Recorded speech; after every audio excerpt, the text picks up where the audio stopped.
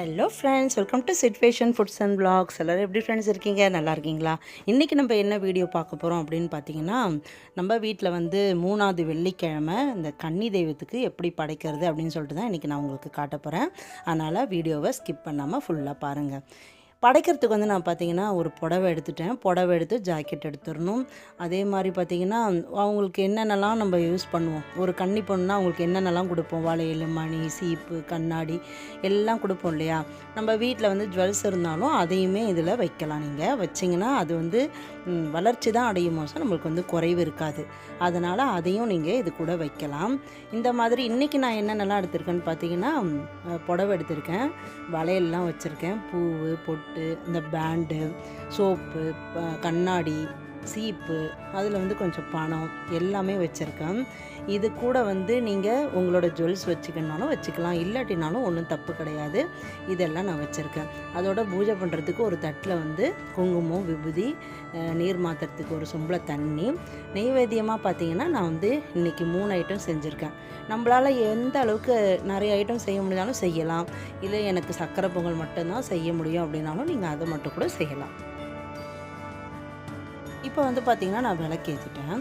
விளக்கேற்றி வத்திலாம் கொளுத்தி வச்சுட்டு நம்ம வந்து இந்த இடத்துல படைக்கிறதுக்கு ரெடி பண்ணணும். இங்கே வந்து பூஜை பண்ணுறதுக்கு முன்னாடி நான் வந்து சுவாமிக்கு விளக்கேற்றிடுவேன். ஏன்னா 3வது வெள்ளின்றதுனால நம்ம பூஜை பண்ணுற இடத்துலையும் படைக்கணும் இல்லையா?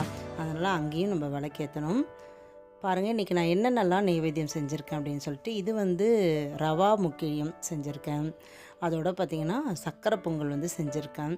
சக்கரை பொங்கல் கண்டிப்பாக வந்து செய்யணும். ஏதாவது இனிப்பு, அதுபோல் காரத்துக்கு பார்த்திங்கன்னா மசால் வடை வந்து செஞ்சுருக்கேன். இந்த 3 தான் இன்றைக்கி என்னால் செய்ய முடிஞ்சுது.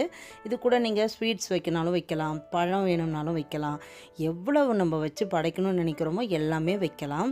உங்களால் என்னெல்லாம் சமைக்க முடியுதோ எல்லாமே சேர்த்து வைக்கலாம். இப்போ இது எல்லாத்தையும் ஒரு ஓரமாக வந்து எடுத்து வச்சுட்டு, ஏன்னா விளக்கு பக்கத்துலேயோ ஊதுபத்தி கொளுத்தி வச்சுருப்போம் இல்லையா, அதுக்கு பக்கத்துலலாம் வைக்கக்கூடாது. ஏன்னா ஏதாச்சும் ஒன்று நெருப்பு பட்டு அபசகனமாக ஆகிடும்.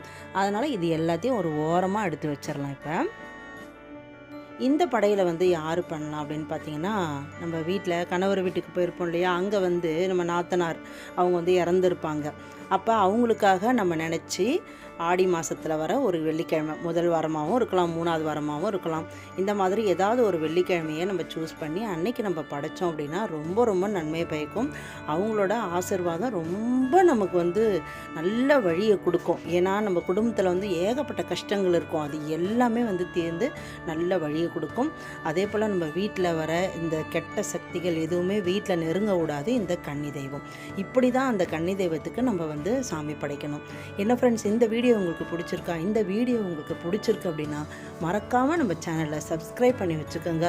உங்கள் ஃப்ரெண்ட்ஸோடு இந்த வீடியோவை ஷேர் பண்ணுங்கள். அடுத்து வேறு ஒரு வீடியோவில் நான் உங்களை சந்திக்கிறேன். தேங்க்யூ.